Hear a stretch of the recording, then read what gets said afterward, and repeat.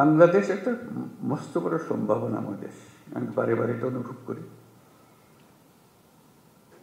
এটা শুধু রাজনৈতিক মাঠের বক্তৃতার জন্য না, ব্যক্তি হিসেবে, দেশের নাগরিক হিসেবে অনুভব করি যে এটা বিরাট একটা সম্ভাবনা, এবং কিছু কিছু উদাহরণও দিই কেন এটার সম্ভাবনাটা আমি দেখি। কিন্তু সেই সম্ভাবনাটাকে আমরা বাস্তবের দিকে আনতে পারছি না, থেকে যাচ্ছি। আজকে আমরা একটা সুযোগ পেয়েছি, মস্ত বড় সুযোগ, সেই সম্ভাবনাকে কার্যে পরিণত করা। এবং জুলাইয়ের এই অভ্যুত্থানের ফলে সেই সম্ভাবনাটা সৃষ্টি হয়েছে।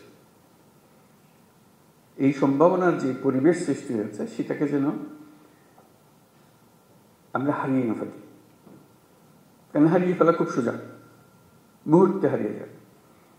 এই সম্ভাবনাকে ধরে রাখা, যেটুকু সময় আমাদের আছে সেটুকু সময়ের মধ্যে আমরা চেষ্টা করব, ভবিষ্যতে যারা আসবে তারা আশা করি চেষ্টা করবে, পথটা যেন আমরা সৃষ্টি করে দিই। এই পথে আমরা এগুলো সম্ভাবনাগুলো বাস্তবে পরিণত হবে।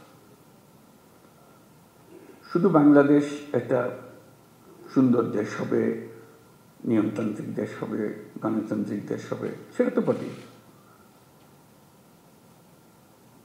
আমি মনে করি বাংলাদেশ পৃথিবীর যে সমস্ত অগ্রগামী দেশ আছে, যারা পৃথিবীতে নেতৃত্ব দেয়, তাদের মধ্যে একটা হতে পারে, এরকম একটা দেশের সম্ভাবনা আছে।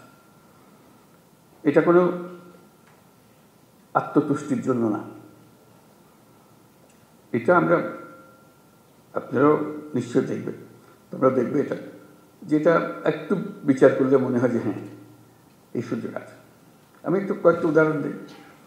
এই যে গণ অভ্যুত্থান হলো, এটা বিরাট একটা কাণ্ড, ইতিহাসের একটা বিরাট পরিবর্তন সূচিত হলো।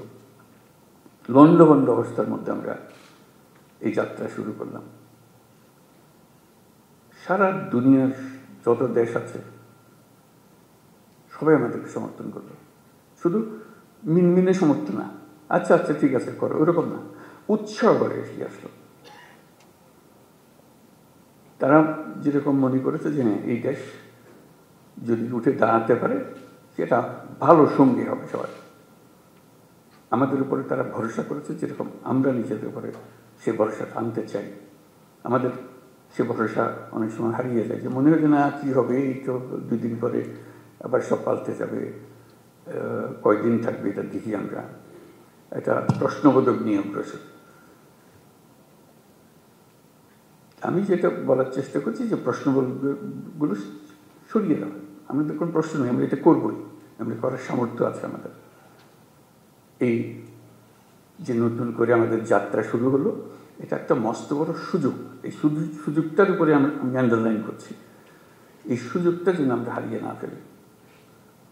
এটা শুধু মুখে বললে তো হবে না, সেটা ওই যে আজকের যে আলোচনা হচ্ছে সেটার মাধ্যমে ওটা করতে হবে, যে সুযোগগুলো সৃষ্টির জন্য তারও একটা পরিবেশ লাগে, সেই পরিবেশটা সৃষ্টি করা। তো সেখানে পুলিশ বাহিনী একটা মস্ত বড় ভূমিকা পালন করে। ওই যে বললাম, আইন ও শৃঙ্খলা। আইনটা যদি আমরা সঠিকভাবে প্রয়োগ করতে পারি, শৃঙ্খলা যদি প্রতিষ্ঠিত করতে পারি, তাহলে যে কোনো যুদ্ধ জয় সম্ভব।